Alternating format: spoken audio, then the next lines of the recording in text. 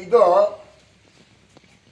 ಗಂಗರು ಮತ್ತು ಚೋಳರು ಇಬ್ಬರು ಒಂದು ರಾಜಿಯಾದ ಕಾರಣದಿಂದ ಇಲ್ಲಿ ಒಂದು ಶಿವ ದೇವಾಲಯ ಮತ್ತು ವಿಷ್ಣು ದೇವಾಲಯ ಇದೆ. ಇದರಲ್ಲಿ ಗಂಗರ ಚಿಹ್ನೆಯಾಗಿ ಆನೆ ಗುರುತನ್ನು ಸ್ಥಾಪನೆ ಮಾಡಿದ್ದಾರೆ.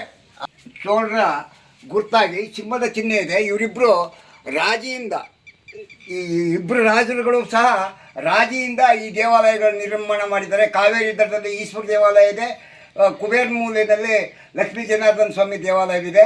ಅವರ ಚಿಹ್ನೆಗಳನ್ನ ಇಬ್ಬರೂ ಪ್ರತಿಷ್ಠಾಪನೆ ಮಾಡಿದ್ದಾರೆ. ತಮಿಳಿನಲ್ಲಿ ಆಗ ಏಕ ದೇವಸ್ಥಾನ ಸುತ್ತ ಇದೆ.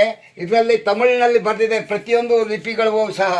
ಇದರಲ್ಲಿ ಇದಕ್ಕೆ ಏನು ಹೇಳ್ತಾರೆ ಅವರೇ ಬಂದು ಇದನ್ನು ಓದಿದ್ರೆ ಭಾರಿ ಚೆನ್ನಾಗಿರುತ್ತೆ. ಇದರಲ್ಲಿ ಏನಿದೆ ಇತಿಹಾಸ.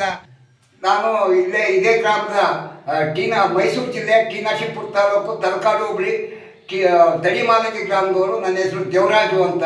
ನಾನು ಹಿಂದೆ ಗ್ರಾಮ ಪಂಚಾಯತಿನಲ್ಲಿ ಬಿಲ್ ಕಲೆಕ್ಟರ್ ಆಗಿ ಸೇವೆ ಮಾಡ್ತಾಯಿದ್ದೆ.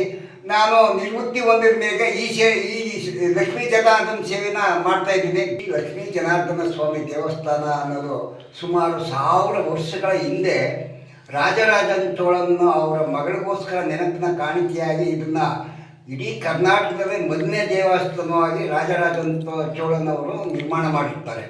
ಮತ್ತು ಇದು ಸಾವಿರಾರು ವರ್ಷಗಳ ಇತಿಹಾಸವುಳ್ಳದ್ದಾಗಿದ್ದು ಈ ಗ್ರಾಮದ ಕುಬೇರನ ಏನಿದೆ, ಇದು ಲಕ್ಷ್ಮೀ ಕುಬೇರ ಅಂತ ಆ ಕುಬೇರ ಮೂಲಲ್ಲಿದೆ ತಡಿಮಾಲಗಿ ಗ್ರಾಮದಲ್ಲಿ. ಮತ್ತು ಕಾವೇರಿ ನದಿ ಒಂದು 10 ಕಿಲೋಮೀಟರ್ ಇದೆ.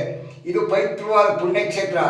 ದಯವಿಟ್ಟು ಯಾರೇ ಆದರೂ ಭಕ್ತಾದಿಗಳು ಹೆಚ್ಚಿನ ಸಂಖ್ಯೆಯಲ್ಲಿ ಆಗಮಿಸಬೇಕು ಅಂದರೆ ಪ್ರತಿ ಶನಿವಾರ ಬೆಳಿಗ್ಗೆ 11 ಗಂಟೆಯಿಂದ 1 ಗಂಟೆವರೆಗೆ ವಿಶೇಷವಾಗಿ ಪೂಜೆ ಅರ್ಚಕರಿಂದ ಮಾಡಲ್ಪಡುತ್ತದೆ.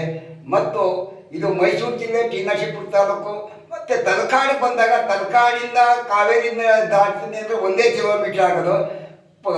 ಬ್ರಿಡ್ಜ್ ಮೇಲೆ ಬರ್ತೀನಿ, ಸೇತುವೆ ಮೇಲೆ ಬರ್ತೀನಿ ಅಂದರೆ ಒಂದು 15 ಕಿಲೋಮೀಟರ್ ಆಗುತ್ತೆ. ಭಕ್ತಾದಿಗಳು ಹೆಚ್ಚಿನ ಸಂಖ್ಯೆಯಲ್ಲಿ ಇಲ್ಲಿ ಬಂದು ಪರಮಾತ್ಮನ ಕೃಪೆಗೆ ಪ್ರಾರ್ಥನಾಗಿ ವಿನಂತಿಸುತ್ತೇನೆ.